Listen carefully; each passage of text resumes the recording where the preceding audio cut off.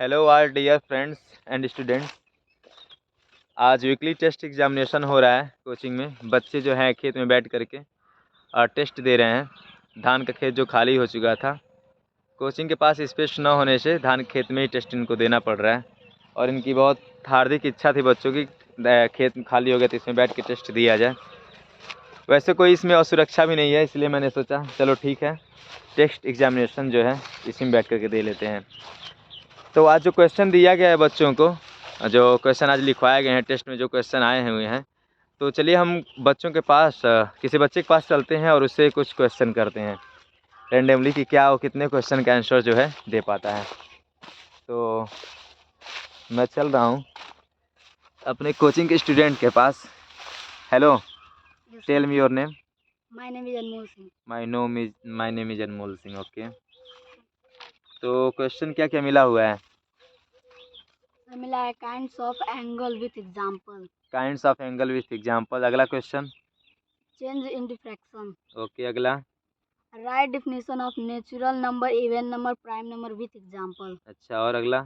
Write kinds of fraction with example. अच्छा, मतलब ऐसे सब क्वेश्चन मिले। चलिए ठीक है, हम इसमें से इनसे जो है कुछ क्वेश्चन को पूछते हैं, कितना क्वेश्चन को जानते हैं। राइट काइंड्स ऑफ एंगल, तो काइंड्स ऑफ एंगल होते हैं कितने होते हैं? 7 होते हैं। कौन कौन?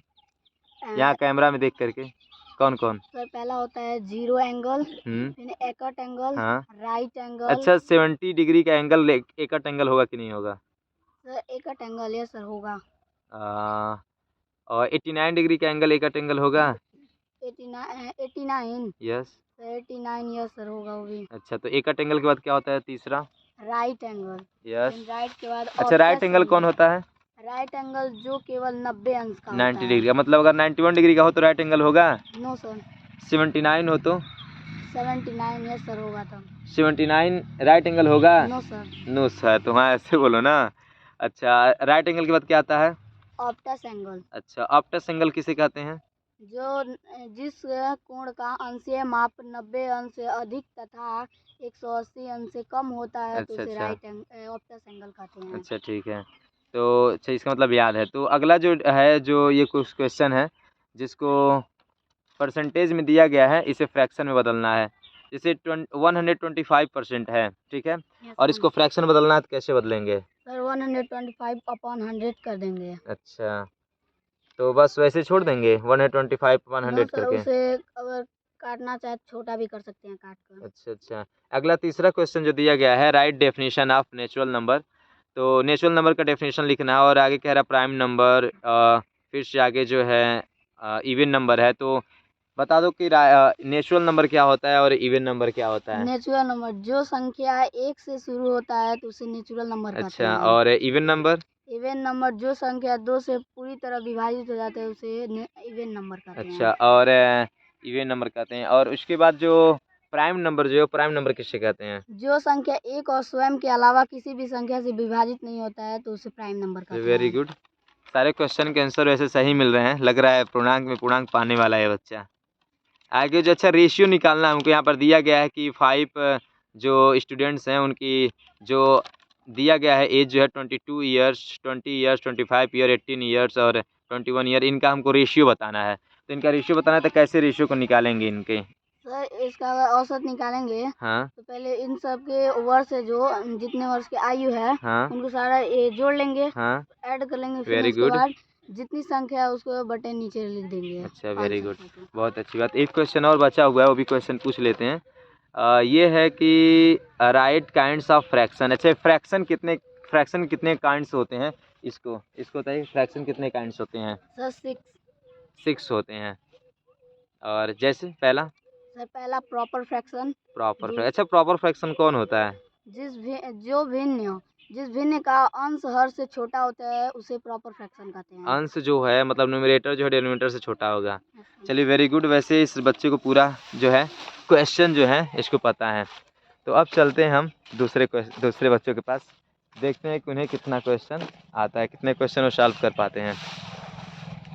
तो मैं किसके पास चलूं ये सोच रहा हूं। चलिए, एक और है छोटा सा लड़का, उसके पास चलते हैं, ठीक है? Okay, hello, tell me your name. My name is Adarsh Singh. What My name? name is Adarsh Singh. Adarsh Singh. Adarsh का स्पेलिंग क्या होता है? ADARSH. Very good. क्वेश्चन जो मिले हुए आ रहा है? यस सर, एक नहीं पढ़ी थी. कौन सा नहीं पढ़े थे? ये ये काइंड्स ऑफ एंगल कहाँ थे उस दिन? पढ़े क्यों नहीं थे बताओ? सर हाँ नहीं थी. कहाँ थे? मामा मामा को आंखों में कैसे पढ़ाई होगी बताओ? तो इसका मतलब वो 5 नंबर का क्वेश्चन जो छूट जाएगा, है ना? तो मामा यहाँ जाने से कितना नुकसान हुआ? हो रहा है ना? टेस्ट में 5 नंबर कम हो जाएंगे. नुकसान की बात है कि नहीं है? हाँ. अच्छा, बाकी सब लर्न है. Yes sir.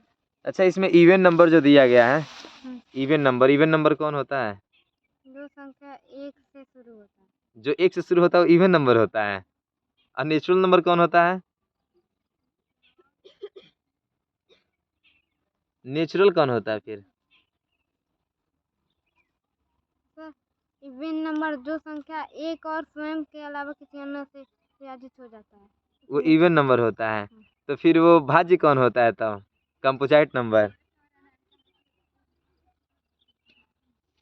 हाँ, याद नहीं आ रहा है क्या? अच्छा, जो जो 2 से डिविजिबल हो जाता है 2 से, वो कौन सा नंबर बोलते हैं उसको? सम. सम. तो सम को इंग्लिश में क्या बोलते हैं? निचुला. अच्छा, वो ऐसी. तो कहने का मतलब ये है कि ये बच्चे को अभी इंग्लिश नहीं पता है, इसीलिए कन्फ्यूजन में बोल रहा है. ठीक है, सम को ही इंग्लिश से बोलते हैं इवन नंबर. इसका मतलब जो तुम्हें हिंदी में लिखवाएगा उसको इंग्लिश में तुम लर्न नहीं किए हो, है ना? है ना?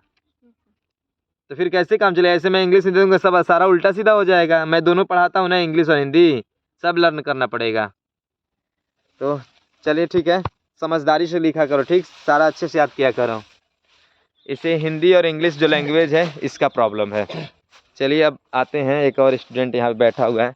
इसकी बहुत दिन से तबीयत खराब चल रही है. Your name? My name is Kartik Yadav. Kartik Yadav. दरअसल तबीयत खराब हो या कुछ भी हो, टेस्ट में तो अपियर होना ही पड़ता है, इसलिए इन्हें आना ही पड़ा टेस्ट देने के लिए.